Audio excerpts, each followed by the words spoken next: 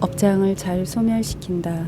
또 스보리아 만일 선남자나 선여인이 이 경을 받아 지니고 읽고 외우면서도 남에게 천대를 받으면 이 사람은 지난 세상에 지은 죄업으로 악도에 떨어질 것이거늘 금생에 남의 천대를 받는 탓으로 전생의 죄업이 모두 소멸하고 반드시 위없는 바르고 평등한 깨달음을 얻으리라.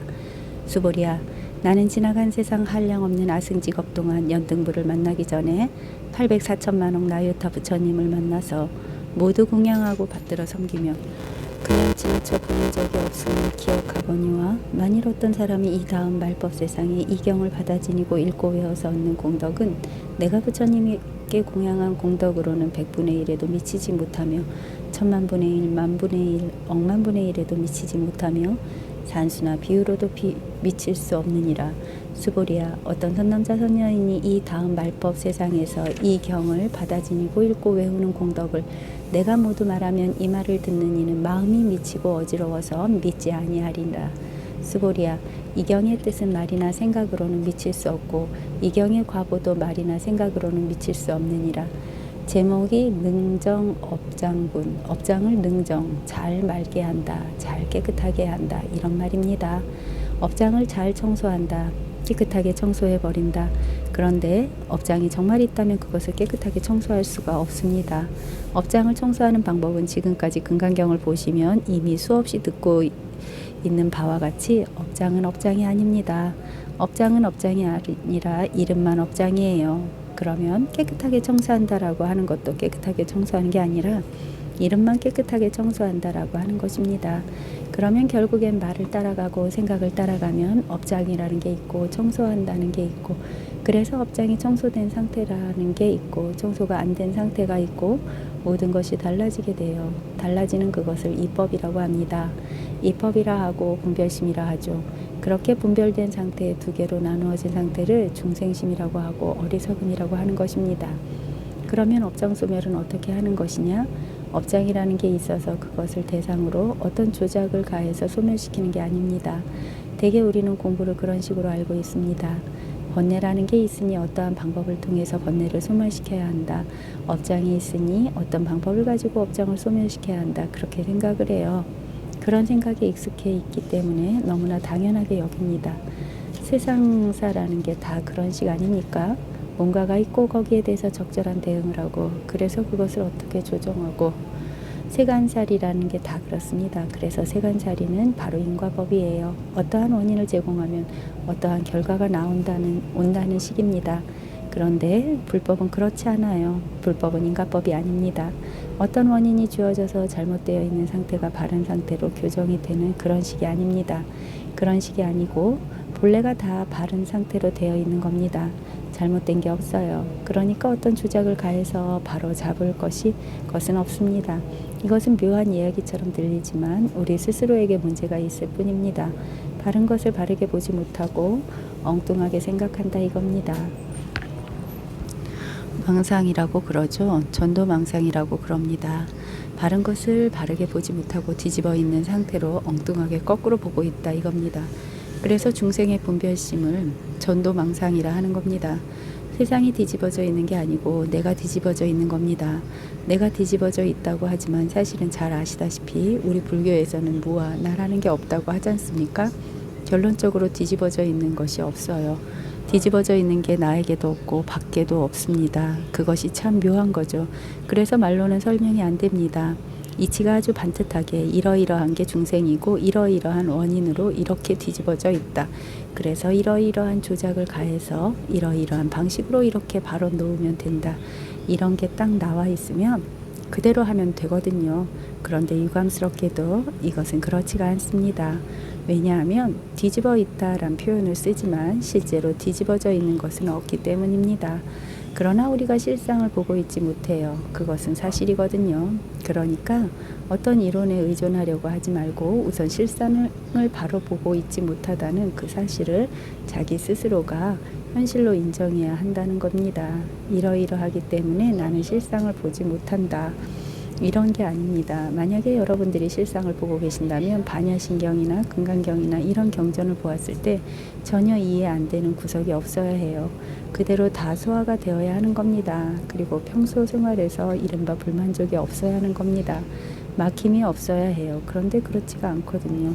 뭐가 막혀 있고 불만스럽고 경전을 봐도 무슨 말인지 알 수가 없고, 그러면 실상을 모르고 있는 겁니다. 실상을 모르고 있는 그 사실이 인정이 되면 실상을 알고자 하는 소망이, 욕망이, 알고자 하는 마음이 생기는 거죠. 거기에 무슨 이유가 있을 수 없습니다. 독화살의 비유란 게 있지 않습니까? 독화살을 맞았다는 사실을 그냥 자기가 감지하고 인정하면 되는 거지, 거기에 무슨 이유가 있을 수 없어요. 독화살에 맞은 것은 사실이거든요. 거기에 이런저런 이유를 댈 필요가 없다 이겁니다. 그것을 빨리 빼고자 하는 간절한 욕망 하나만 있으면 되는 겁니다. 그러면 그것을 입으로 물어서 빼건 손으로 잡아서 빼건 칼로 찔러서 빼건 남에게 부탁해서 빼건 그것은 그 다음 문제입니다. 빼는 방법은 인연 따라서 어쨌든 나타나게 되어 있습니다. 문제는 내가 나의 현실을 직시하고 이것을 꼭 빼야 하겠다는 간절함이 있어야 하는 겁니다. 또 빼고자 할 때 독화살이 이런 식으로 박혀 있으니까 이러이러한 방식으로 빼야 한다는 고정된 견해를 가지고 있다면 잘못입니다. 그런데 우린 그런 걸 원해요. 중생은 이러이러한 상태가라, 이렇기 때문에 이렇게 고쳐라, 이렇게 착각을 합니다. 그렇지 않습니다. 독화살을 뽑는데 어떤 주어진 방법만 고집한다면 그 사람은 아마 빼기가 힘들 겁니다. 아주 급할 때 방법이 생각납니까? 그저 뽑는 거죠. 그냥 그겁니다. 항상 이 공부를 꿈에서 깨어나는 것에 비유했는데, 꿈에서 깨어나고자 하는 어떤 요령을 부려도 그건 꿈일 뿐이에요. 그래가지고는 안 깹니다. 급해 보세요. 자기도 모르게 문득 눈을 뜨게 되는 겁니다. 그렇게 깨어나는 거예요. 깨어남이란 것은 급해야 하는 겁니다. 그래서 이 공부를 머리에 붙은 불을 끄듯이 하라 하는 겁니다. 번뇌라고 하는 것이 불 붙일 번에다가 머리 뇌를 쓰죠. 번뇌는 다른 게 아니라 머리에 불 붙은 거예요. 머리에 불이 붙었으면 이래라 저래라 생각할 여유가 어디 있습니까? 깨부릴 그럴 시간이 어디 있어요. 그냥 혼신의 힘을 다해서 마치 꿈속에서 강도를 만나서 칼을 눈앞에 들이댈 때 혼신의 힘을 다해 발버둥 치다 보면 눈이 딱 떠지듯이 그런 식으로 깨어나는 것입니다. 늘 강조하듯이 정말로 지금 이 불만족스러운 상태에서 반드시 실상을 알아야겠다. 의식적으로 따져서 이러이러하니까 실상을 알아야겠다가 아니라 그냥 알고 싶은 거죠. 그냥 이유가 없습니다. 어린아이들이 무엇을 원하는 것처럼 이유가 없는 거죠. 그 정도의 간절함이 있으면 되는 겁니다. 그런 상황에서 설법을 듣습니다. 다만 해답은 머리에서 나오는 것이 아닙니다. 그것만 유의하시고 답답한 가슴을 트여주는 해답을 찾다 보면 거기서 해답이 나오는 거죠. 실제 그 해답의 실마리를 우리는 항상 쥐고 있습니다. 그리고 그 실마리를 쥐고서 살아가는 것이 우리 자신이에요. 그 해답이 뭐냐 하면 이른바 우리의 본래 면목, 마음의 실상을 깨닫는 거죠. 마음의 실상이 미혹하지 않는 겁니다. 마음의 실상을 가지고 망상을 부리지 않는 겁니다. 달리 말하면 자기 존재를 확인하는 건데, 자기의 진정한 존재가 뭐고 자기 마음의 실상이 뭐냐? 그것은 우리 스스로가 지금 바로 실현하고 있는 겁니다. 그런데 아까 업장을 깨끗하게 할 수 있다고 한 여기서 업장이라는 것이 있고, 그 업장을 어떻게 깨끗하게 닦아낸다, 보통은 이런 식으로 이해한단 말이죠. 그런 게 바로 전도몽상이에요. 그런 게 아니라 마음의 실상을 바로 보게 되면 업장을 하고 말하는 가운데 실상이 그대로 드러나 있습니다. 업장을 이렇게 하는 자체가 실상이라고요. 업장을 이라고 말하는 이것이 닦아낸다라고 말할 수 있고, 업장의 반대가 불성이라고 한다면, 그리고 닦아낸다의 반대가 닦아내지 않는다고 한다면, 불성을 닦아내지 않는다, 업장을 닦아낸다, 말을 따라가지 않으면 다른 것은 아무것도 없는 겁니다. 똑같은 거예요. 말을 따라가니까 업장이라는 게 있고 불성이라는 게 있고 닦아내는 게 있고 닦아내지 않는 게 있는 겁니다. 말 따라가면 그것이 뒤집어져 있는 중생이고, 안 따라가면 항상 자기 자리에 있는 겁니다. 한결같이 원래 자기 자리에 있을 뿐입니다. 언제든지. 그러니까 이 자리에는 업장이라는 것도 없습니다. 없으면서 업장을 만들어낼 수 있습니다. 업장을 세우죠. 업장이라고 말을 하고 이러이러한 뜻이다 라고 그림을 그려낼 수 있습니다. 항상 이 자리에서, 아무것도 없는 이 자리에서 온갖 생멸법들이 만들어지고 사라지고 만들어지고 사라지고 하는 겁니다. 업장을 닦아낸다. 이 자리에 있는 사람은 업장을 닦아낸다는 그 말을 들어도 업장도 없고 닦아냄도 없이 한결같이 이 자리에 있을 것이고, 이 자리에 있을 줄 모르는 사람은 업장을 닦아낸다 하면 업장이라는 말을 따라가고 닦아낸다는 말을 따라가서 마구 헤매고 다닌다 이겁니다. 말, 느낌, 관념, 생각, 욕망 등 우리가 경험하는 여러 가지 경계를 따라가느냐 따라가지 않느냐, 이 공부의 갈림길은 이 두 가지입니다. 내가 따라가는 사람이냐 안 따라가는 사람이냐. 따라가는 사람은 이른바 중생이고 안 따라가면 항상 이 자리에 있는 부처예요. 그러면 안 따라가면 될 거 아니냐 할 수도 있죠. 그런데 안 따라가면 될 거 아니냐 하는 그 생각 자체가 이미 따라간 겁니다. 그러면 어떻게 안 따라갈 거냐, 어떻게 우리 말을 안 따라가고 생각을 안 따라가고 항상 변하지 않는 이 자리에 있을 수 있는가. 실제 이 자리에 있을 수 있는 것은 의식적으로 조작해서는 결코 안 됩니다. 그런 경우를 두고 마음을 가지고 마음을 찾는다고 하는 것인데, 그런 의식적인 조작을 가지고선 이 자리에 있을 수가 없습니다. 의식적인 조작이 아니고 말하자면 머리로 아는 게 아니라 가슴으로 안다고 할 수 있는데, 의식적인 조작이 아니고 하나의 체험이죠. 체험. 한 번도 체험해보지 못한 아주 새로운 체험인데 자기 존재에 대한 체험이죠. 그런 체험을 거쳐야 비로소 그때부터 끌려가지 않고 따라가지 않는 그런 입장이 될 수가 있습니다. 한 번만 체험하면 그것을 붙잡아서 그런 체험을 거쳐야 비로소 그때부터 끌려가지 않고 따라가지 않는 그런 입장이 될 수가 있습니다. 한 번만 체험하면 그것을 붙잡아서 그 다음부터는 그것을 놓지 않습니다. 비유를 들면 보통 사람의 마음 상태라고 하는 것은 바깥의 모양을 따라다니는 게 아주 습관이 되어 있습니다. 감각, 생각, 관념, 욕망 이런 것을 마구 쫓아다니는데 습관이 들어있는 거죠. 정해져 있는 자기 자리가 어디인 줄 몰라요. 이쪽으로 쫓아가서 여기가 자기 자리인 줄 알았다가 좀 지나니까 이게 아니야, 또 저쪽으로 갔다가 맨날 이쪽 저쪽으로 헤매고 다닌다 이겁니다. 헤매 다니는 거죠. 끝없이 어디에 안주할 줄 모릅니다. 그러니까 공부랑 끝없이 헤매 다니는 상황에 있는 사람이 원래 자기 자리로 확인하는 겁니다. 벅파경에 나오듯이 집을 떠난 부잣집 아들이 여기저기 거지 노릇을 하고 다니다가 원래 자기 집으로 돌아오는 것과 마찬가지예요. 이런 식으로 자기 자리로 확인하게 되면 그 다음부턴 본래의 자기 자리에 익숙해져 가는 과정입니다. 그게 공부거든요. 우선 계속 헤매 다니는 상태에서 자기 자리를 확인하는 게 공부의 첫 번째 관문입니다. 그러면 그 첫 번째 관문을 어떻게 통과할 수 있느냐, 제가 드릴 수 있는 것은 힌트들 뿐입니다. 각자 자기 스스로가 자기 자리를 확인해야 하는 거지 제가 여러분의 자리를 대신 확인해 드릴 수는 없어요. 그러나 저는 자기 자리에 대한 힌트는 드릴 수가 있습니다. 그 힌트는 어떤 것이냐? 자, 우리가 등산을 간다고 합시다. 등산을 가고 소풍을 가려면 이제 걸어야 하는데, 그러면 항상 새로운 땅을 밟죠. 항상 새로운 땅을 밟고 새로운 장소에 가게 됩니다.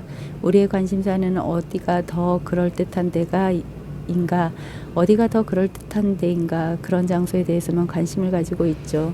하루 종일 돌아다니다가 결국은 마음에 드는 곳을 찾지 못하고 돌아오기도 하는데, 잘 보십시오. 내가 하루 종일 여러 군데를 다녀왔다 이겁니다. 그래서 수없이 많은 장소들이 바뀌었습니다. 그런데 하루 종일 많은 곳을 다녔지만 결코 바뀌지 않는 게 한 가지 있습니다. 어느 곳을 가든지 그 자리에 반드시 있는 게 있죠. 뭐냐 하면, 항상 새로운 땅을 밟았지만 밟고 있는 그 발바닥은, 발은 항상 그 발인 거라. 땅은 내 것이 아니에요. 경계라는 것은 내 것이 아닙니다. 경계를 밟고 있는 이게 진짜 내 것입니다. 아무리 밟고 돌아다녀도 이것은 내 것인 거죠. 항상 그 발이거든요. 집에 와도 그 발이고 밖에 나가도 그 발이에요. 조고각하라는 말이 있죠. 자기 발밑을 돌아보라 이겁니다.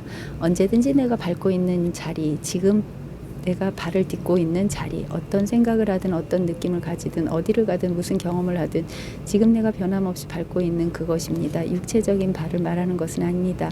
비유적으로 힌트를 드리고 있습니다. 항상 그것을 밟고 다녀요. 어디를 가든 밟고 다니는 겁니다. 변함없는 게 있습니다. 이것은 진정한 내 것입니다. 이것이 진정한 나의 본래 면목이고 변함없는 여여한 내 자리입니다. 이것만 체험하면 되는 겁니다. 그러면 우리가 밟고 다니는 땅이야. 어차피 인생이란 게 여행에 비유되듯이 일생 동안 새로운 땅을 계속 여행하는 겁니다. 지금 이 순간에도 우리는 새로운 경험의 땅을 걸어가고 있는 것과 마찬가지예요. 새로운 경험들이 계속 다가오지만 걸어가고 있는 놈은 항상 그 놈이에요. 그러니까 변함이 없는 한결같이 그대로 있는 이것이야말로, 이런 설명이란 것은 어디까지나 힌트라고 그랬습니다. 이 설명대로 되는 것은 아니에요. 밟고 다니는 것, 이 힌트를 통해서 문득 자기가 진짜 밟고 있는 자리를 체험할 수도 있는 거죠. 공부에 있어서 제일 중요한 것은 공부하는 사람 스스로가 공부하는 자세가 되어 있어야 한다는 것입니다. 것이에요. 이게 무슨 말이냐 하면 목마른 자가 물을 마시는 겁니다. 내가 지금 물 마시고 싶지 않은데 누가 물을 마시는 게 좋다고 그럽니다. 좋은 물을 마시는 게 건강에 좋다는 것을 우리는 이미 충분히 알고 있고 그래서 마셔야 한다는 사실까지도 알고 있습니다. 그런데 현재 내가 목이 안 마르면 앞에 두고도 안 마시는 겁니다. 아무리 이게 좋다는 말을 듣고 그렇게 알고 있어도 실제로 목이 마르지 않으면 안 마셔요. 그런 것과 같아요. 제일 중요한 것은 스스로가 목이 말라야 해요. 머리로 아무리 이게 좋고 중요하고 가치가 있다고 해봐야 그것은 전부 광고를 듣고 그런가 보다 하고 생각하고 있는 것에 불과한 겁니다. 목이 말라야 하는 겁니다. 목마름이 공부에 있어서 첫 번째 관문을 통과하는 물을 마실 수 있는 제일 중요한 조건입니다. 그런데 우리가 흔히 범하는 잘못 중 하나가 이 물을 마시기 전에 사람들은 의심이 많아요. 특히 나이 든 사람, 우리는 성장할수록 많은 것을 보고 듣고 하면서 함부로 행동하지 않고 반드시 거기에 대해서 의심해보고 검토해보고 헤아려보고 이런 버릇을 자라면서 갖게 되거든요. 그런 게 장애가 되는 겁니다. 실제 이 공부에 있어서 커다란 장애는 이 물이 좋다는 이야기를 충분히 듣고서도 선뜻 손이 가지 않고 좀 더 알아보자 이런 식으로 망설이면서 계속 미루는 거예요. 그런 분들이 요구하는 게 뭐냐 하면 좀 더 공부에 대해서 명확하게 이야기해달라, 진리에 대해서 좀 더 확실하게 보여달라 이런 요구를 하시는데 사실 아직 자기는 물 마실 생각이 없다는 겁니다. 아무리 확실하게 이야기를 해준다 해도 물을 마시지 않습니다. 물론 그 사람이 물을 마시게 할 수 있게끔 방편을 쓰는 훌륭한 선지식이 있을 수 있겠죠. 그러나 어쨌든 그런 선지식보다도 자기 스스로가 평소에 목말라 있는 사람의 입장에서 이것이 생수야 라는 말 한마디만 듣고서도 마신다 이거예요. 말하자면 그런 겁니다. 여러 가지 사유하고 판단하고 계산하고 헤아리고 하면서 미적거리는 것은 목이 마른 것은 참을 수 있다. 좀 더 알아보겠다 하면서 안 마시는 겁니다. 사실 계속해서 미루고 있는 거죠. 그런 사람들은 멀리 있습니다.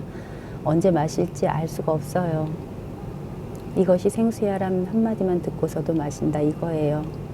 말하자면 여러 가지 사유하고 판단하고 계산하고 헤아리고 하면서 미적거리는 것은 목이 마른 것을 참을 수 있다. 좀 더 잘 알아보겠다 하면서 안 마시는 겁니다. 이 공부를 하려면 순수해야 한다는 게 그 때문입니다. 이리저리 헤아리지 말고 그래 한번 해보자. 아주 어린애처럼 그런 입장에서 그냥 단순하고 순수하게 제 말에 귀를 기울일 수도 있고 책을 볼 수도 있습니다. 내 안에서 감노수를 맛볼 수 있는 게 여기 있다는데 한번 보자 하고 곧장 달려들어야지 이리저리 헤매면서 이 책이 진짜로 그런 거인가? 이런 식으로 하는 게 아니에요. 이 안에 분명히 보물이 있다 이겁니다. 한번 파보자 그런 것하고 진짜 이게 그런가 하는 것은 기본 자세부터가 다른 겁니다. 일단 그런 믿음이 필요한 겁니다. 그런 믿음을 갖고 그래 한번 해보자. 분명히 무언가 있다. 부처님 말씀이 거짓말이 아니고 조사 말씀이 거짓말이 아니라면 분명히 무언가 있다. 이렇게 의심을 놓아버리고 과감하게 들어올 필요가 있습니다. 과감하게 의심을 놓아버리고 들어오는 순진한 자세, 그것이 공부를 팍팍 앞으로 밀어줍니다. 그런데 이리저리 재고 있으면서 진전이 없어요. 달리 말하면 현재의 자기 자리를 벗어나지 않겠다는 고집입니다. 내가 지금 지키고 있는 것을 안 벗어나겠다. 그런 사람은 끝까지 아직만 붙들고 있는 겁니다. 그래가지고서는 안 되는 거죠. 현재의 내가 불만족스럽다는 게 분명하다면 더 이상 현재의 나를 믿지 마시라 이겁니다. 현재 내가 가지고 있는 것을 고집스럽게 붙잡고 있지 말라 이겁니다. 가르침 속에 진리가 있다 하니까 그 가르침 속으로 아무 조건 없이 그냥 들어가십시오. 가르침 속으로 아무 조건 없이 쑥 들어가면 귀에 들리는 게 달라요. 우리가 의심을 가지고 들으면 10개 중에서 5개도 안 들려요. 그런데 내가 가지고 있는 그것을 놓고 그야말로 배가 고픈 입장에서 들으면 10개 중에 8, 9개가 들린다 이거예요.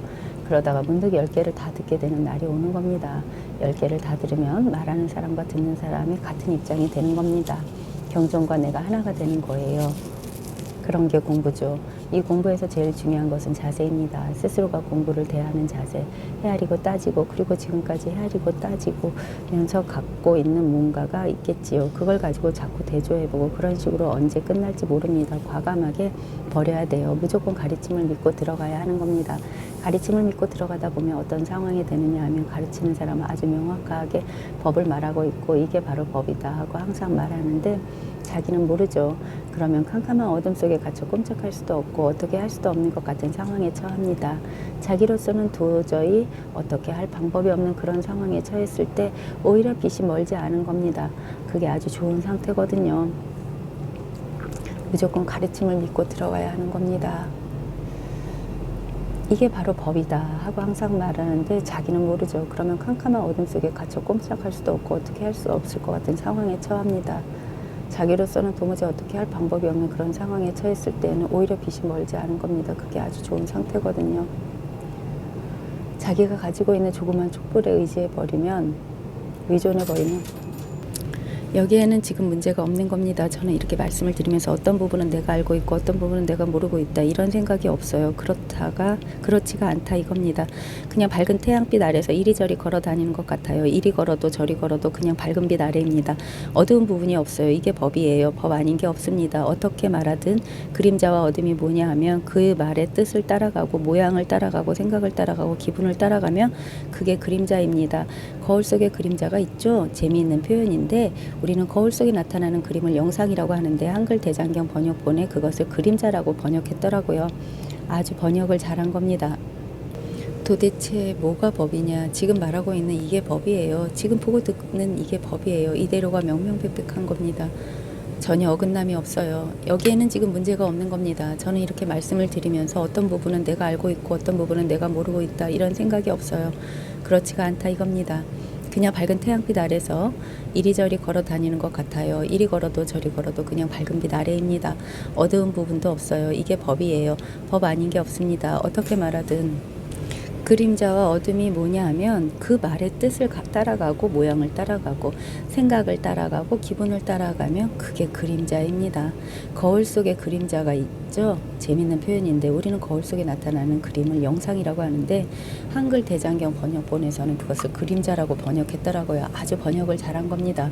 거울 속에 나타나는 그림은 그림자입니다. 왜 그림자냐? 그것은 실물이 아니거든요. 실물은 거울이죠. 그런데 거울 속에 나타나는 그림을 보게 되면 거울 그 자체는 보지 못해요. 그림자만 보지 실물은 못 보는 겁니다. 그러니까 그림자죠. 실물의 그림자죠. 그런데 그림자를 보다가 문득 실물을 볼 수 있는 안목을 얻으면 어떤 그림자를 보더라도 전부 실물을 보는 겁니다. 거울을 보다가 거울 속에 있는 그림자가 아니라 문득 거울을 볼 수 있는 안목이 탁 생기면 언제든 거울을 볼 때마다 거울을 보는 거지 그림자는 이제 더 이상 보지 않아요. 공부란 그런 겁니다. 전적으로 그림자만 보든가 아니면 실물을 보든가 둘 중에 하나예요. 하나의 거울이 있을 뿐입니다. 하나의 세상이 있을 뿐이고 그러니까 실물을 볼 줄 안다면 모두 다 실물이고 모르면 그냥 다 그림자예요. 저는 지금 말이죠. 쳐다보고 생각하고 이야기하고 손짓을 하면서 전혀 그림자의 장애를 받지 않습니다. 이게 법이에요. 그림자가 없습니다. 그대로가 법이고 반야입니다. 그런데 이 그림자, 말하자면 이게 그림자잖아요. 반야의 안목이 없으면 이게 그림자죠. 그렇다면 답답한 걸 할 겁니다. 여기에 무슨 이치가 없습니다. 여기에 무슨 이치가 있습니까? 거울을 보는 데는 이치가 없어요. 안목이 없으면 그림자가 보이고 안목이 있으면 거울이 보이는 겁니다. 둘 중에 하나입니다. 이치가 없어요. 답답한 거죠. 왜 나는 똑같이 거울을 보면서 그림자밖에 못 보느냐? 여기에는 이치가 없습니다. 이치로 생각하면 그건 전부 그림자입니다. 그림자를 가지고 실상을 보려고 하는 것과 마찬가지예요. 그렇게 갑갑하고 답답해서 울분이 터져 나올 정도로 가슴앓이를 하는 거예요. 캄캄하고 막다른 골목 속에서 갇혀있는 것 같은 그런 가슴앓이를 하다 보면 의식이 아니라 이 가슴에서 이놈 스스로가 출구를 찾아서 탁 나오게 돼요. 그러면 그 다음부터는 제 이야기를 다르게 들을 겁니다. 아, 저게 거짓말이 아니었구나. 그렇게 갑갑하고 답답해서 울분이 터져 나올 정도로 가슴앓이를 하는 거죠. 캄캄하고 막다른 골목 속에 갇혀있는 것 같은 그런 가슴앓이를 하다 보면 의식이 아니라 이 가슴에서 이놈 스스로가 출구를 찾아서 탁 나오게 돼요. 그러면 그 다음부터는 제 이야기를 다르게 들을 겁니다. 아, 저게 거짓말이 아니었구나. 복잡한 게 없잖아. 어쩌습니까? 단순한 겁니다. 복잡하고 대단한 것으로 생각하면 안 돼요. 나 자신을 확인하는 것이고 내가 평소에 가지고 있는 내 마음을 확인하는 거니까 쉽고 편하게 생각을 하시되 그러나 진지하고 진실한 간절함이 있어야 되는 겁니다. 발심하라 하면 대단한 결심을 하는 것처럼 생각하는데 그런 게 아니고 진짜로 내가 이것을 원하는가 아닌가 그겁니다. 어린애가 순수하게 무언가를 바라는 그런 마음, 그런 입장에서 헤아리거나 재지 않고 그냥 탁 들어가는 겁니다. 그렇게 하시면 어렵지 않게 이것을 체험하실 수 있습니다. 예컨대 이게 마음이다라고 손을 흔들어 보인다 이겁니다. 그러면 우리는 쉽게 어떻게 하냐 하면 그래, 손을 흔드는 저게 마음이다. 왜냐하면 내 육체도 바뀌고 생각도 바뀌고 여러 가지 경험도 바뀌지만 지금 이렇게 생생하게 살아 움직이는 이놈은 안 바뀌어. 언제든지 밟고 다니는 이놈이 있어. 이렇게까지 생각하는데, 그런데 그것 자체가 그림자라니까요. 그렇게 하는 것은 그래, 그런 게 있구나 하는 그것은 그림자라니까요. 그러니까 생수에 대해서 충분히 설명을 들어서 이해하는데 아직 마시기는 싫은 거라, 마실 생각이 없는 거예요. 제가 부탁드리는 것을 제발 좀 마셔라. 그런 쓸데없는 생각하지 말고 하고 있지 말고 그냥 마셔라 이겁니다. 소를 물가에까지 끌고 가는 것은 가능한데 억지로 물을 마시게 할 수는 없다고 하듯이 결국 자기 자신이 물을 마시고 싶어 그런 목마름이 있어야 되는 거예요. 그렇게 말하자면 관건입니다. 그게 말하자면 관건입니다. 그것을 발심이라고 하는데 발심을 분명하게 하셔야 하는 겁니다. 자,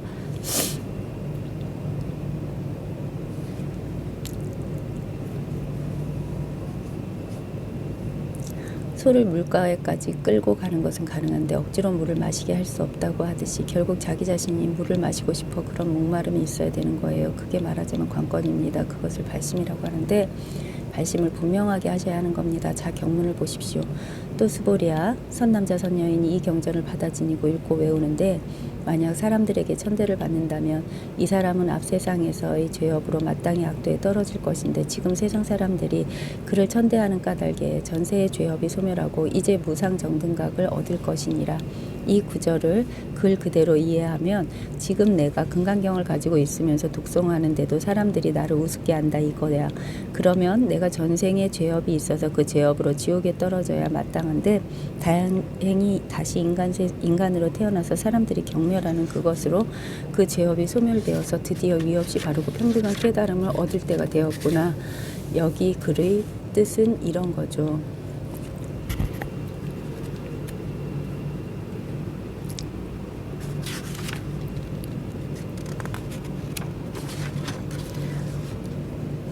또 스보리아, 선남자 선여인 이 경전을 받아 지니고 읽고 외우는데 만약 사람들에게 천대를 받는다면 이 사람은 앞 세상에서의 죄업으로 마땅히 악도에 떨어질 것인데 지금 세상에서 사람들이 그를 천대하는 까닭에 전세의 죄업이 소멸하고 이제 무상정등각을 얻을 것이니라. 사람들이 나를 우습게 한다 이거야. 그러면 내가 전생에 죄업이 있어서 그 죄업으로 지옥에 떨어져야 마땅한데 다행히 인간으로 태어나서 사람들이 경멸하는 그것으로 그 죄업이 소멸되어 드디어 위 없이 바르고 평등한 깨달음을 얻을 때가 되었구나. 여기 글을 뜻은 이런 거죠. 그 뜻을 살려서 다시 제가 말씀드리겠습니다. 선남자 선여인이 우리가 지금 이 경전을 수지 독송한다. 이 경전 이 책을 받아서 읽고 달달 외우고 있다. 그런 뜻은 아니죠. 경전이 무엇을 가리키느냐? 이 법을 가리키는 거거든요. 마음을 가리키는 거예요. 경전이 뭐냐? 이 반야를 수지 독송한다는 것은 반야를 깨달아서 반야가 어디에 있느냐 하면 본래 나에게 있는 거거든요. 반야를 내가 깨달아서 그것을 마음대로 쓴다 이거예요. 그럼에도 불구하고 남에게 천대를 받는다. 남이라는 것도 사람일 수 있지만 사람보다 또 모든 경계를 가리키는 거예요. 경계에 내가 끄달리고 있다면 이겁니다. 내가 지금 이 자리를 깨달아서 이제 이 자리를 쓸 수 있는 입장이 되었는데도 여전히 경계가 나를 유혹한다면 그것은 무엇 때문에 그런 것인가? 지금까지 내가 익숙해왔던 습 때문에 그런 거예요. 습을 죄업이라고 한 겁니다. 비유 들자면 담배를 끊는다 이거예요. 담배를 끊었는데 그러나 예전에 담배를 피우던 습이 남아있기 때문에 누가 옆에서 담배만 피우면 자기도 모르게 피우고 싶은 거죠. 습이란 게 그런 겁니다. 그러니까 공부가 되었다 하더라도 하루아침에 모든 것이 마치 천지개벽하듯이 그렇게 바뀌는 게 아닙니다. 습이란 게 있어요. 그런데 공부가 되고 나면 습이란 것도 결국 다른 것도 아닙니다. 역시 반야입니다. 번뇌즉 볼이라고 하듯이 습 그 자체도 반야예요. 반야지만 어쨌든 아직까지 여러 가지로 장애를 줘요. 장애를 준다는 것은 아직까지 끄달림이 있다 이겁니다. 그러나 이것을 놓치지 않고 계속해서 지금 붙잡은 반야, 이 경전을 놓치지 않고 수지 독송한다면 즉시 반야 자리에서 떠나지 않고 이제는 반야의 훈습을 한다면 과거의 잘못된 습들은 점차 자취를 감추고 무상정등각 완전한 상태가 된다는 겁니다. 실제 경험해 보면 그렇습니다. 담배 끊는 것도 마찬가지지 않습니까? 처음에 한 1년간은 담배에 끄달리지만 한 2, 3년이 지나면 오히려 담배를 피우는 게 싫어요. 똑같은 겁니다. 무슨 특별한 원리가 있는 것은 아닙니다. 우리가 오온 18개라는 경계에 따라다니던 그 버릇이 있기 때문에 그 버릇을 극복하는 길은 내가 따라다니지 말아야지 한다고 되는 게 아닙니다. 오로지 이 자리를 체험해야 됩니다. 이 자리에 대한 체험이 있어야 되는 겁니다. 몰록 파냐를 체험하면 마치 담배를 피우다가 문득 담배를 버리는 것 같은 거예요. 담배를 끊는 것은 순간이잖아요. 담배는 단계적으로 끊는 게 아닙니다. 단계적으로 끊는다고 오늘 10개 피, 내일은 9개 피 하면 열흘 만에 끊겠다는 것은 마지막 1개 피까지 계속 피우고 있는 거지 끊는 게 아니잖아요. 마지막 1개 피까지 놓을 때 그때 이제 끊는 거죠. 문득 탁 놓아 버린다 이겁니다. 이제 더 이상 담배는 안 피워. 그러나 버릇이 남아있는 거예요. 버릇. 이 버릇은 의도적으로 어떻게 할 수 있는 게 아니에요. 시간이 지나면 담배를 안 피우는 것의 편안함에 익숙해지는 거죠. 지금까지 담배 피우는 재미에 끄달려 살았지만 이제는 담배 안 피우는 것의 편안함을 알았다 이거예요. 그러면 담배 안 피우는 것의 편안함에 자꾸 훈습이 되어 가야 하고, 처음에는 힘이 약하니까 흔들림이 있지만 담배 피우는 힘이 강하고 담배 안 피우는 힘이 약하니까 흔들리게 되지만 시간이 지날수록 안 피우는 편안함에 충분히 익숙해지는 겁니다. 그런 식의 변화가 있는 겁니다. 그건 아주 자연스러운 거죠. 스보리아, 내가 헤아릴 수 없는 과거를 생각하면 연등불 앞에 수많은 부처님을 만나서 전부 공양을 하고 그 부처님의 일을 이어받아서 헛되이 보낸 분이 없느니라. 헤아릴 수 없는 세월 전에 수없이 많은 부처님을 만나서 그분들에게 다 공양을 올리고 그 부처님의 일을 이어받아서 헛되이 보낸 적이 없다라고 하는 것은 결국 뭐냐 하면 이 공부를 말하는 거죠. 부처가 뭐냐? 수없이 많습니다. 어디에 부처가 있습니까? 이렇게 하는, 여기도 부처가 있죠. 이러는, 여기에도 부처가 있지요.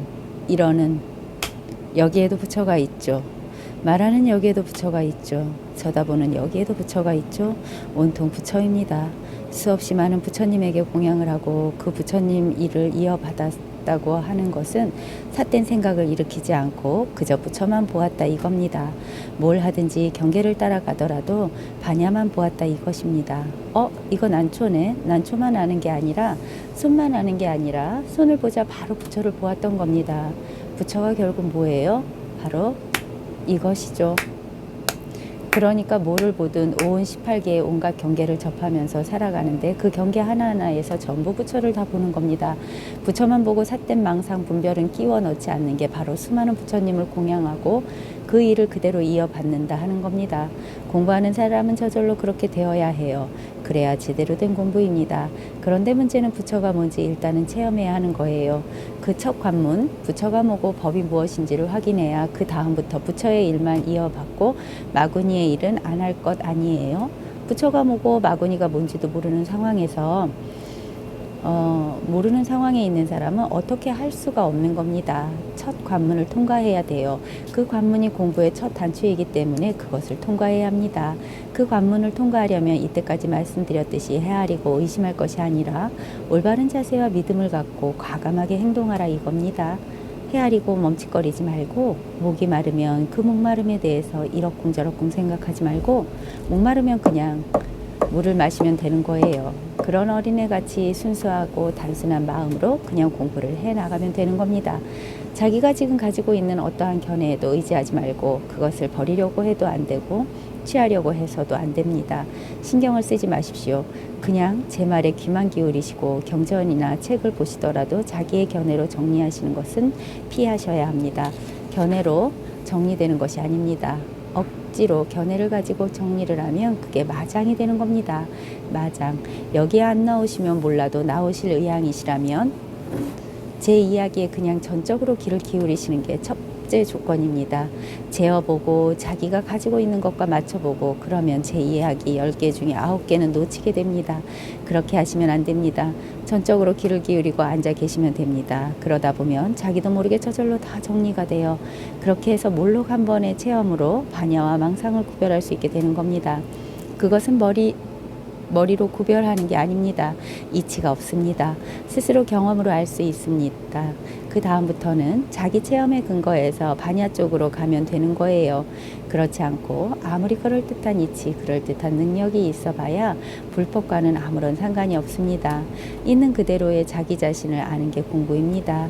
다시 만약 어떤 사람이 뒷날 말세에 이 경전을 받아 지녀서 독송을 한다면 그가 얻는 공덕은 내가 모든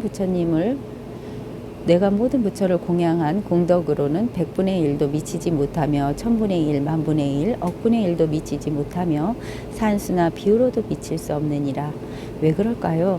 지금 서가모니는 자기가 연등불 앞에서 공부할 때 수없이 많은 부처에게 공양하고 그 부처의 일을 계승하고 헛되이 지나친 것이 없다고 했는데 어떤 사람이 뒷날 이 경전을 받아 지니고 독송한다면 그 공덕이 서가모니가 연등불 앞에서 얻은 공덕에 비해서 헤아릴 수 없을 정도로 뛰어나다. 왜 이런 이야기를 하겠습니까? 언뜻 이해가 안 되죠?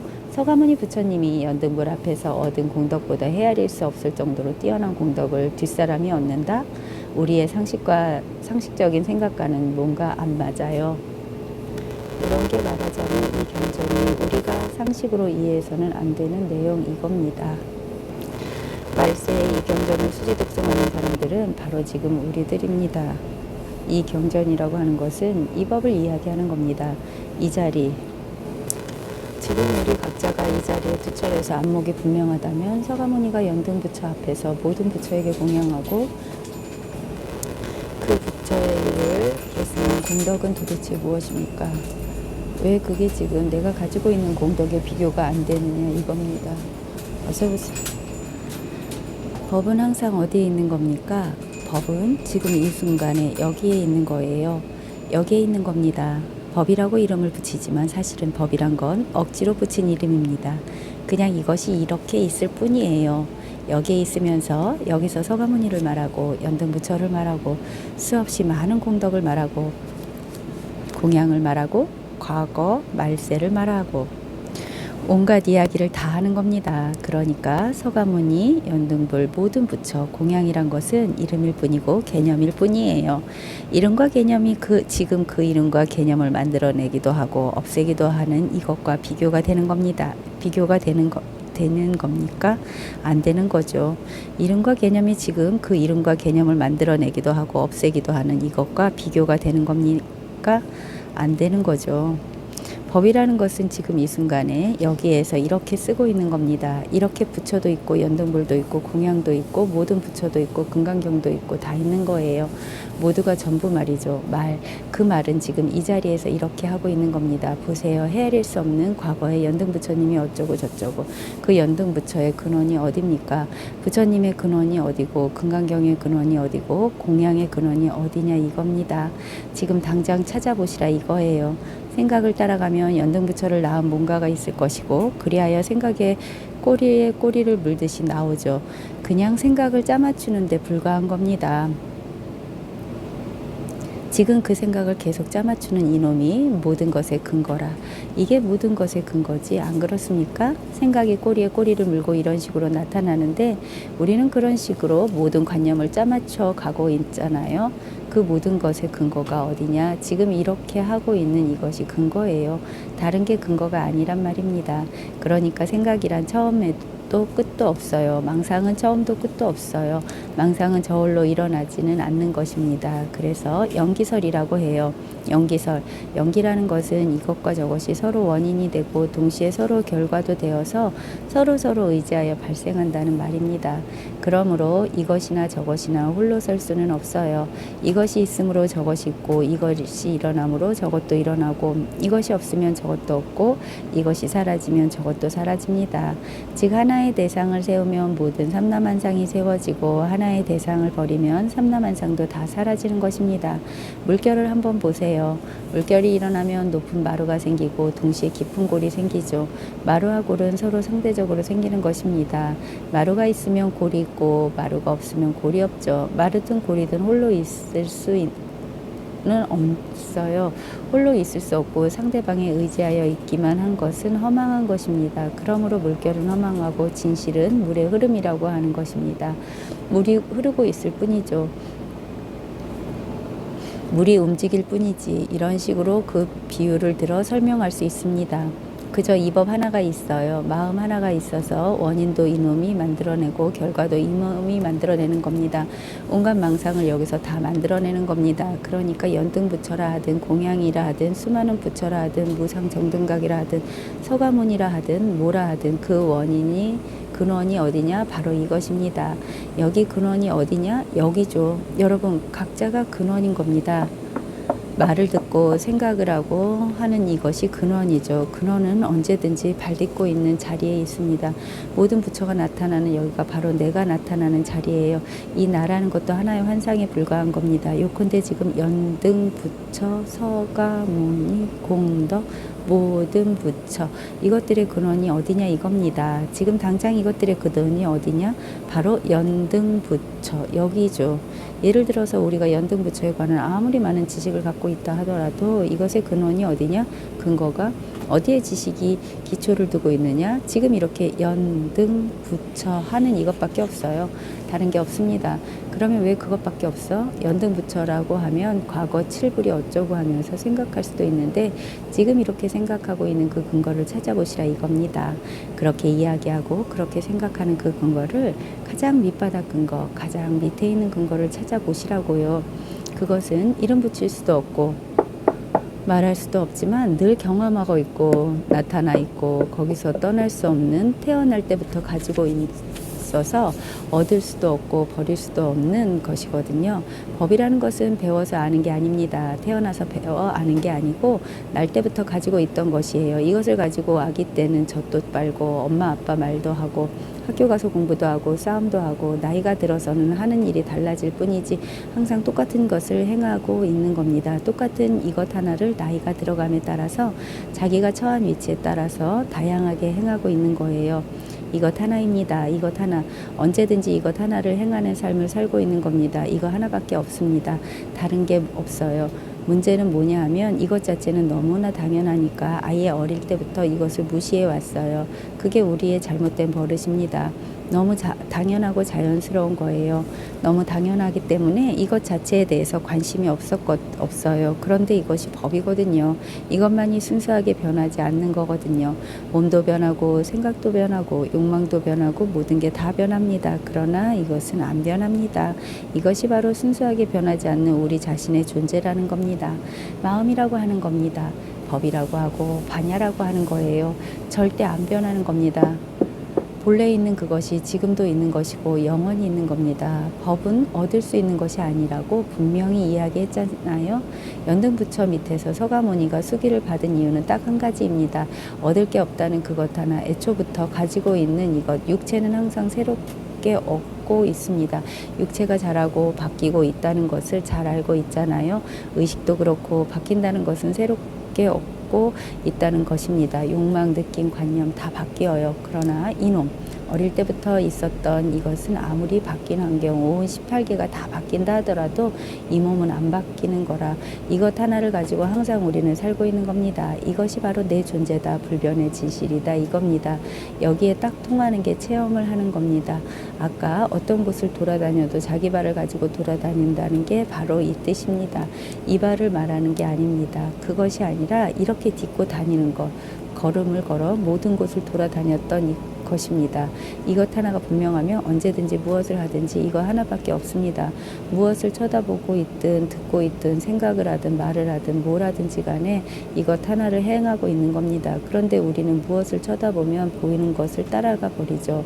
밖에 있는 것을 따라가 버려요. 소리가 들리면 그 소리를 따라가 버리고 생각이 나면 생각을 따라가 버리고 느낌이 있으면 느낌을 따라가 버리고 이 하나 위에 느낌도 나타나고 생각도 나타나고 보이는 것도 나타나고 이것 하나가 활동하여 이 하나가 움직여서 모든 일이 일어나는데도 불구하고 이 하나는 모르고 그냥 밖으로만 간다는 말이죠.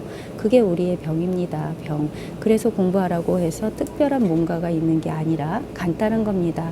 바깥으로 따라가느냐 아니면 자기 자리에 늘 있느냐. 자기 자리에 있으면 아무리 바깥으로 돌아다녀도 그 자리가 늘 자기 자리입니다. 수처작주 입처계짐이라 가는 곳마다 주인이 되고 서 있는 그 자리가 진리다 이겁니다. 언제든지 이거 하나밖에 없는 겁니다. 이것을 임재스님 같은 경우는 눈앞에 앞에 밝고 분명한 것 그거잖아. 이렇게 말합니다. 다른 것 없다 그거예요. 이것이 온갖 옷을 입는다고 그러지요. 옷이란 게 뭐냐 하면 우리가 경험하는 경계들이죠. 이것 하나가 온갖 옷을 입었다 벗었다 한다 이겁니다. 그런데 이런 이야기를 듣고서 단지 이해하는데 그쳐서는 안 됩니다. 어쨌든 이것 하나를 실제로 체험해야 하는 겁니다. 자기도 모르게 볼록 쉬어버려야 하는 겁니다. 쉰다라는 것은 실제로 체험을 하게 되면 이치라는 건 빛을 잃어버리고 실제 자리에서 쉬게 되는 겁니다. 어쨌든 체험이 있어야 하는 거지 그렇지 않으면 제가 드리는 말씀을 아무리 들어도 소용이 없는 겁니다. 물론 설법을 듣다 보면 아 이게 이해로 안 되는구나 라고 알게 되죠. 마음법이 귀일한다. 그래 이것 하나로 다 귀결되는구나 라고 이해할 수도 있어요. 그런데 그 하나는 어디로 돌아가느냐 하면 막막한 거라 이것을 확인해야 하는 거거든요. 체험을 해야 하는 겁니다. 마음법 귀일까지는 이해가 돼요. 그러나 일기아처에 대한 답이 나와야 하는 겁니다. 그것은 머리에서 나오는 것이 아니고 체험이 되어야 하는 겁니다. 반드시 그런 체험이 있습니다. 그 체험이 없으면 온갖 부처와 조사가 거짓말쟁이에 불과한 겁니다. 체험을 하려면 이치가 어느 정도 이해되었으면 견해로서 아 이것이구나 했으면 이것이 무언지를 실제 체험하는데 전력을 기울여야 하는 겁니다. 만법기일 거기서 견해는 끝이 난 겁니다. 사유는 거기서 끝이 나는 거예요. 그래 하나라는 것은 태어나면서부터 가지고 있는 이것이다. 거기까지 되었단 말이죠. 그런데 확실하게 믿음이 생기지 않죠. 반신반의하고 뭔가 시원하지 못하고 깜깜하죠. 꽉 막히는 겁니다. 그 꽉 막히고 깜깜한 상태 거기서 물러나지 말고 끝까지 밀어붙여야 되는 겁니다. 밀어붙이다 보면 그야말로 뜻밖의 체험이 옵니다. 그렇다고 대단한 것은 아니고 문득 그냥 뚫리게 되는 겁니다. 뚫린 뒤에 내면에서 일어나는 여러 가지 변화나 효과라고 하는 것은 설명드릴 필요가 없습니다. 실제로 체험해보면 어떤 일이 있는지 다 알아요. 그 이전까지 나를 괴롭히던 문제들은 사라집니다. 문제가 사라지니까 편안한 거죠. 그렇게 되는 겁니다. 말세이경을 수지독송한 사람의 공덕이 서가모니 불이 연등 부처 밑에서 수많은 부처에게 공양한 공덕보다 비교가 안 될 정도로 뛰어나다. 왜 그러나? 바로 지금 우리 자신이 처해 있는 이 자리, 이것 이외에 금강경이든 유마경이든 화엄경이든 그건 전부 말일 뿐입니다. 그 수많은 말을 이 자리에서 다 만들어내기도 하고 걷어들이기도 하는 겁니다. 그러니 어떻게 비교가 되겠습니까? 기독교식으로 이야기하면 창조주와 피조물 사이다 이겁니다. 비교가 안 되는 거죠. 스보리아 선남자 선여인이 이 다음 말법 세상에서 이 경을 받아 지니고 읽고 외우는 공덕을 내가 모두 말한다면 말을 할 수가 없어요. 이런 공덕에 대한 이야기들이 경전에 많이 나와 있죠. 유마경, 화엄경에도 수없이 나와 있습니다. 법의 공덕에 대한 이야기들이에요. 경을 빌려서 이야기하면 이런 식이고 사실은 우리가 행하고 있는 하나하나의 행동이 전부 이것이거든요. 이것들이 전부 다 법의 공덕이라 이 경의 공덕이다 이겁니다. 경이 뭐냐? 마음이거든요. 모든 사람의 하나하나의 행동, 지구뿐만이 아니라 우주 전체의 움직임이 전부 다 경의 공덕이다 이겁니다. 그러니 다 갖추어서 이야기할 수 없지요. 이 말을 듣는 이는 마음 미치고 어지러워서 믿지 아니하리라. 왜 이렇게 될까요? 이건 참 의미심장한 말입니다. 정법을 말해주면 마음이 어지러워져서 여우 같은 의심이 일어나서 믿음이 안 생긴단 말입니다. 왜 그럴까? 우리가 가지고 있는 기존의 사고방식으로는 이해가 안 되기 때문에 그런 겁니다.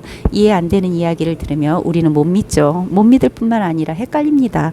바로 그 뒤에 나오잖아요. 스보리아 마땅히 알아야 할 것은 이 경전의 뜻은 말이나 생각으로 미칠 수 없고 과보도 말이나 생각으로 미칠 수 없느니라. 말로서 생각으로서 이해가 안 되는 이야기를 하고 있으니까 생각으로 이해하는 것이 전부인 사람의 입장에서는 혼란스럽고 의심스럽고 믿음이 안 가는 것이 당연한 겁니다. 역사적으로 봐도 서가모니 부처님 당시에도 정법을 이야기했지만 사람들이 안 믿었어요. 지금도 마찬가지입니다. 사람들이 언뜻 듣고서 그럴듯해 하면서도 고개를 끄덕끄덕하는 것은 전부 사유에서 나오는 이야기들이에요. 우리가 거기에 익숙해져 있기 때문이죠. 자기에게 익숙한 것은 금방 이해하는 겁니다. 그런데 정법을 말하면 아무리 해도 그것이 이해가 안 돼요. 제대로 이해한다는 것은 자기가 체험했을 때 가능한 겁니다. 그러니까 처음에 이해하려 들지 말고 믿음을 가지고 공부하시라는 겁니다. 물론 사람마다 걸려있는 견해의 병이 있습니다. 사람마다 걸려있는 관점의 병이 있습니다. 거기에 대해서는 그 사람이 자기의 병을 드러내면 그 병을 없애주죠. 병에 대한 약을 쓰는 겁니다. 견해를 바로잡기보다는 견해를 풀어헤쳐서 버리도록 하죠. 견해란 것이 뭐냐 하면 마치 돌멩이를 자기 몸에다 매달고 있는 것과 같은데 그것을 자랑삼아 주렁주렁 매달고 다니는데 그것을 풀어헤쳐서 놓아버리도록 합니다. 이 법은 견해로 이해되는 것이 아닙니다. 말로 설명되는 것이 아니다 이겁니다. 정법을 말하면 마음이 혼란스럽고 믿어지지 않습니다. 그래서 학자들은 이 공부를 신비주의라고 하거든요. 선은 신비 체험이다 이런 식으로. 그러나 신비한 게 아닙니다. 오히려 이 체험을 한 사람 입장에서는 보통 사람의 분별 망상이 신비해요. 어떻게 저렇게 망상이 몽글몽글 잘 일어날까? 오히려 그게 신기합니다. 실제 이 법은 신기한 게 아닙니다. 너무나 당연한 거예요. 이 경험은 어떤 신비한 경험이고 아주 이상하고 그런 게 아니에요. 이 경험을 하면 아주 옛날 그대로이다 이러거든요. 옛날부터 너무나 당연하게 있던 걸 새롭게 확인하는 것에 불과한 거예요. 그래서 속았다는 생각이 들 정도예요. 이것을 그렇게 이야기했나? 아무것도 아니잖아. 아무것도 아니지만 가장 중요한 겁니다. 모든 것의 바탕이 되는 겁니다. 특별한 게 아무것도 없어요. 그리고 법은 숨겨져 있는 게 아닙니다. 결코 이 진리는 숨겨져 있지 않습니다. 언제나 다 드러나 있습니다. 우리 스스로가 못 보는 거죠. 망상 부린다고 안 보는 겁니다. 생각과 말로 모든 것을 이해하는 데 길들여져 있는 우리 입장에서는 생각과 말로 할 수 없는 이것을 이야기하는 것은 불가능하죠. 이해 안 되는 것은 머리로 헤아림을 포기하고 자기의 직접 경험을 통해서만이 알 수 있습니다. 그럴 때 비로소 이것이 밝아지고 수화가 되어 길은 체험밖에 없습니다. 불이법문에서 이 경전을 읽는다면 이렇게 되겠죠. 또 다시 수포리아 선남자 선여인이 이렇게 읽어갈 때 처음부터 끝까지 똑같아요. 여여 그대로라. 아무것도 변하는 게 없어요. 그런데 우리는 말 따라 왔다 갔다 하잖아요. 마구 변하거든요. 말의 뜻을 따라가면 안 돼요. 또다시 수보리아 선남자 선여인이 이렇게 말을 하고 행동을 하고 소리를 듣고 할 때 한결같이 그대로 있는 겁니다. 소리가 중간에 뚝뚝 끊어질 때도 그대로, 소리가 들릴 때만 한결같은 게 아닙니다. 소리가 끊어져도 안 들릴 때도 그대로. 한결같이 그대로인 것, 이것만 분명하면 되는 겁니다. 이것을 한 번만 딱 체험하면 되는데 장자에서 보면 이것을 북쪽 바다의 큰 고기라고 하는데 이것 한 마리만 낚시에 걸려서 딱 잡으면 되는 겁니다. 한 번만 딱 잡으면 항상 그것이 눈앞에서 떠나지 않아요. 항상 눈앞에서 떠나지 않는데 이것을 잡아본 적이 없는 사람은 다른 데를 보고 있는 겁니다. 한 번만 잡으면 항상 눈앞에 있는 거예요. 늘 눈앞에 또렷또렷한 겁니다. 항상 분명해요. 무엇을 하든 이것뿐이지요. 비유를 들자면 입을 가지고 온갖 말을 다 하지만 그 입이 달라지는 것은 아니죠. 입은 항상 그대로예요. 마찬가지예요. 서가모니가 깨달았던 그 샛별을 생각해 보세요. 샛별이라는 게 하늘에 있다고 우리는 알고 있는데 과연 샛별이 하늘에 있는가? 샛별이 반짝하는 순간에 샛별을 보았다 이겁니다. 맨날 우리는 저기서 반짝이지 그렇게 생각했는데 서가모니가 이것을 확인한 그날 아침에는 샛별이 저기서 반짝이지 않았습니다. 반짝하는 것이 눈앞에 여기에 이놈이 반짝하는 것입니다. 서가모니가 그 순간에 깨달았던 것입니다. 그 이전까지 서가모니가 배워서 공부했던 방법들, 고행이라든지 수식관, 수정주의, 식의 자선으로 공부하는 사람들은 서가모니가 샛별 반짝이는 순간에 깨달은 것을 말해봐야 못 알아들을 겁니다. 아까 마음이 혼란스러워서 믿지 않는다고 했잖아요. 아주 당연한 겁니다. 이것은 자연 그대로 전혀 조작할 게 없습니다. 그냥 있는 그대로의 진실이죠. 조작으로 만들어내는 게 아닙니다. 있는 그대로의 진실은 이렇다 저렇다는 식으로 분별할 수 있는 게 아니에요. 마치 사진 찍듯이 이 꽃의 색깔은 연분홍이다. 이것이 있는 그대로의 진실이다. 이렇게 말하는 게 아니에요. 이 법이 있는 그대로의 진실은 정해진 모양이 없습니다. 정해진 모양은 없되 항상 이렇게 또렷하고 분명한 겁니다. 어떤 사람은 있는 그대로의 진실이라고 하면 바깥에 있는 경계를 있는 그대로 인정하자 이런 식으로 받아들이는데 그게 아닙니다. 바깥에 있는 경계에 있는 그대로 인정하면 그게 바로 중생이에요. 법을 있는 그대로 인정해라. 그러려면 법을 깨달아야 되는 거죠. 도, 법, 부처, 무생법인, 연기법, 중도, 공. 왜 이런 말들을 쓰는가? 이 자리에 대해서 왜 그런 말들을 쓰는가 한번 살펴보죠. 우선 중도라는 말 많이 쓰는 말입니다. 중도라는 말은 가운데 길이라는 뜻이지만 실제로는 좌우도 아닌 중앙을 가리키는 그런 뜻은 아닙니다. 그런 뜻이 아니고 좌에도 발을 딛지 않고 우에도 발을 딛지 않는 겁니다. 이쪽도 선택하지 않고 저쪽도 선택하지 않는 겁니다. 이쪽과 저쪽 양쪽 다 선택하지 않는 것이고 그렇다고 양쪽 다 떠나는 것도 아닙니다. 이쪽이니 저쪽이니 하는 그런 판단을 하지 않는 겁니다. 그런 판단을 하지 않으면 이쪽에 가든 저쪽에 가든 항상 똑같은 겁니다. 중도란 것은 그런 거예요. 중도란 것은 중도란 말 그대로 늘 도에 적중해 있다는 것이지 늘 도의 적중에 있다는 것이 양쪽의 어느 중간 그런 게 아닙니다. 늘 도에 들어맞는다는 것은 왼쪽으로 가도 도에 맞고 오른쪽으로 가도 도에 맞고 가운데로 와도 맞고 언제든지 맞는 겁니다. 그게 중도예요. 그리고 중도를 공이라고 하는 이유는 어디에도 머물지 않고 이렇게 어떻게도 분별할 수가 없으니까 어떻게도 알 수 없기 때문이에요. 이것이다 저것이다 말할 수가 없는 겁니다. 그래서 중도를 공 내지 무주법이라고 그러거든요. 어디에도 머물지 않는다. 어디에도 머물지 않으니까 주소가 없잖아요. 그러니까 주소라는 비워놓아야지. 그러니까 공이에요. 공이란 분별할 수 없다, 알 수 없다는 뜻이지 텅텅 비어서 아무것도 없다는 뜻이 아닙니다. 이것이 공입니다. 색이 곧 공이라고 했는데 어떻게 텅텅 비어 없다는 뜻이겠습니까? 있다 없다는 분별을 떠난 불이법이 공입니다. 그러나 이게 이해는 안 돼요. 실제 공을 체험해야 하는 겁니다. 불이법은 체험으로 개합하는 것이지 이해할 수는 없어요. 그리고 연기란 만법이 서로 인연되어서 서로 의지하여 일어나고 사라진다는 말이죠. 예를 들어 노란 꽃 한 송이, 다른 만물의 색깔이 그 배경이 되어서 나타나는 것이고, 종달새 소리는 다른 온갖 소리나 침묵이 배경이 되어서 나타나는 것이고, 장미꽃 향교는 다른 모든 냄새가 배경이 되어서 나타나는 것이고, 신맛은 다른 모든 맛이 배경이 되어서 나타나는 것이고, 이 하나의 생각은 다른 모든 생각이나 생각 없음이 배경이 되어서 나타나는 것입니다. 나타나는 대상과 배경이 아무 차별이 없다면 그 대상은 나타날 수가 없습니다. 여기 꽃밭을 찍은 사진이 한 장이 있습니다. 어떤 꽃을 보든지 그 꽃은 다른 꽃을 배경으로 하여 나타납니다. 그러므로 모든 꽃은 서로 인연이 되어서 나타나는 것이지요. 색깔, 소리, 냄새, 맛, 촉감, 생각, 그리고 육체, 감각, 생각, 욕망, 의식의 경계, 세 개가 전부 이와 같이 인연 따라 생겨나고 사라집니다. 그래서 연기법이라고 하죠. 그런데 이러한 연기법은 대상 그 자체의 법칙인 것처럼 보이지만 사실은 우리 마음이 무엇을 분별하여 아는 법칙입니다. 노란색과 그 배경이 되는 다른 모든 색깔이 서로 원인이 되어서 나타난 것은 실제 노란색과 다른 모든 색깔이 따로따로 독립적으로 있어서 서로 원인이 된다는 것은 아닙니다. 만약 모든 색깔이 제각각 독립적으로 있다면 서로 원인이 되고 서로 의지하여 발생할 까닭이 없겠지요. 그러면 색깔이든 소리든 생각이든 모든 차별되는 것들은 왜 서로 원인이 되어 서로 의지하여 나타날까요? 그것은 바로 마음이 삼라만상을 분별하고 인식하는 법칙이 그렇기 때문입니다. 마음은 의식 속에서 하나하나의 대상을 구별할 때 반드시 그 대상 아닌 다른 것들의 분별을 통하여 그 대상을 인식하는 법입니다. 연기법이란 바로 마음이 대상을 구별하여 알아차리는 법칙입니다. 그러므로 연기법은 감각적 대상인 사물들 뿐만 아니라 느낌이나 감정이나 생각이나 욕망에도 다 해당되는 법칙입니다. 마음에 드러나는 모든 대상들은 이 대상들을 금강경에서는 상이라고 합니다만 모두 서로가 서로의 배경이 되면서 서로 의지하여 나타납니다. 연기법이죠. 그러나 불교에서 연기법을 말하는 이유는 분별을 잘하라는 것이 아닙니다. 우리는 분별을 통하여 이것과 이것 아닌 것이 둘이어서 제각각 따로 있는 것처럼 알지만 사실 이렇게 아는 것은 착각이고 망상이라는 것을 깨닫게 하려는 것이 연기법입니다.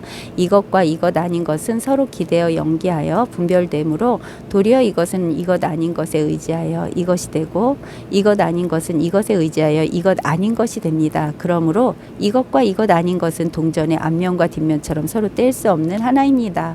이것과 이것 아닌 것은 서로 떨어질 수 없는 하나, 즉 불이라는 거죠. 결국 삼라만상은 서로 연기하여 나타나기 때문에 삼라만상은 서로 뗄 수 없는 불이법임을 깨달으라는 것이 연기법이라는 방편의 가르침입니다.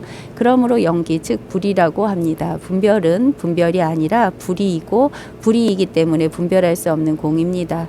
즉 모든 분별망상은 분별할 수 없는 공입니다. 공이면서도 또한 자유롭게 분별하지요. 그러므로 연기가 바로 공이고 공이 바로 연기이지요. 불이법이란 것은 중도와 같은 것입니다. 불이라는 것은 둘이 아니라는 두 개가 없다는 거거든요. 왼쪽도 없고 오른쪽도 없어요. 이것도 없고 저것도 없다는 겁니다. 이것도 아니고 저것도 아니다. 이것저것이 따로 없다. 어느 쪽도 취하지 않고 버리지 않는다 이겁니다. 대상도 취하지 않고 마음도 취하지 않으면 다만 하나의 공일 뿐이죠. 모든 대상에서 공을 확인하면 대상이니 공이니 할 것이 없이 다만 한결같이 한결같아서 아무 걸림이 없습니다. 그게 바로 무생법인이에요. 취하지도 않고 버리지도 않으니까 생함도 없고 멸함도 없는 겁니다. 그러므로 불이법은 생멸이 곧 열반이요 연기법이 바로 공임을 밝힌 것입니다. 이것 하나를 경험하고 보면 사실은 이런 대승불교 교리의 말들이 이것 하나를 나타내기 위해서 다양하게 말하고 있는 것이지 교리 그 자체가 무슨 진실이 있는 건 아니에요. 말이란 것은 항상 불완전한 겁니다.